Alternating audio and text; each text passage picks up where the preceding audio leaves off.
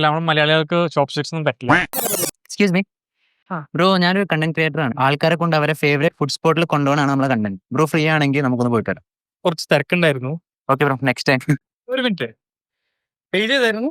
2 ലക്ഷം followers ഒക്കെ ഉണ്ടല്ലോ. ചെറിയൊരു സെറ്റപ്പ്. JP നഗറിൽ മൈക്കോസ് എன்ற സ്ഥലമുണ്ട്. ഈ മനുഷ്യൻ എന്നെ കൊണ്ടുപോയ സ്ഥലം കണ്ടപ്പോഴേ എന്റെ കിളി പാറി. ഇവൻ പറയുന്നത് ബാംഗ്ലൂരിലെ സ്റ്റാൻഡേർഡ് കണ്ണാപ്പിച്ചുകളൊക്കെ ഫോട്ടോ എടുക്കാൻ വരുന്ന ഒരു പ്രധാന സ്പോട്ടാണ് ഇതെന്നാണ്. സ്കൂളിൽ അറ്റൻഡൻസ് എടുക്കുന്ന പോലെയാണ് ആള് ഫുഡ് ഓർഡർ ചെയ്യുന്നത്. ആദ്യം വന്നത് ചെലോ കബാബാണ്. ഗ്രിൽഡ് കബാബും സാഫ്രോണും ഒക്കെ ഇട്ടിട്ടുള്ള ഈ റൈസും അതിന്റെ മേലെ ഓംലെറ്റും വെച്ച് സെർവ് ചെയ്യുന്ന ഈ ഐറ്റം ഒരു ഇറാനിയൻ മാസ്റ്റർ പീസ് ആണെന്നാണ് ലെവൻ പറഞ്ഞത്. ബാംഗ്ലൂർ ആൾക്കാരൊക്കെ ഡേറ്റിന് വരാൻ പ്രിഫർ ചെയ്യുന്ന ഒരു സ്പോട്ടാണ്. പെണ്ണില്ലാത്തവർക്ക് എന്താ ആ ഒരു സങ്കടം മറക്കാൻ ഞാൻ ഈ ക്ലാസിക് ഡ്രസ്സിലേഷൻ മുഴുവൻ ഒറ്റയ്ക്ക് അങ്ങോട്ട് തീർത്തു. ഇവിടെ വന്ന് ഇത് മാത്രം കഴിച്ചാൽ നെയ്യും തേങ്ങാക്കൊത്തും ഒക്കെ ഉള്ള ഈ ചിക്കൻ ഗീ റോസ്റ്റ് ഒരു കഷണടുത്ത് വായിലേക്ക് ഇട്ടാണ്ടല്ലോ മുംബൈ അണ്ടർവെയർ വരെ തരിച്ചു പോകും. ഫുഡടി അല്ലാണ്ട് വേറെ പരിപാടി ഞാൻ അവിടെ PG ചെയ്യുക ഓർലൻ മാക്സിലോഫേഷ്യൽ സർജറി. ടിഷ്യൂ ബോക്സ് ആണെന്ന് കരുതി ഞാൻ സൈഡിലേക്ക് മാറ്റി വെച്ചതായിരുന്നു. അത് വെക്കാറ് ഇതിങ്ങനെ പിടിക്കുക, എന്നിട്ട് ഇതിങ്ങനെ ആക്കുക, ഇങ്ങനെ കൈ കൊണ്ട് എടുത്ത് കഴിക്കുക. കുറച്ച് സമയം എടുത്തിട്ടാണെങ്കിലും ഞാൻ ഡംപ്ലിംഗ് ചോപ്പ് സ്റ്റിക്സ് കൊണ്ട് കഴിക്കാൻ തുടങ്ങി.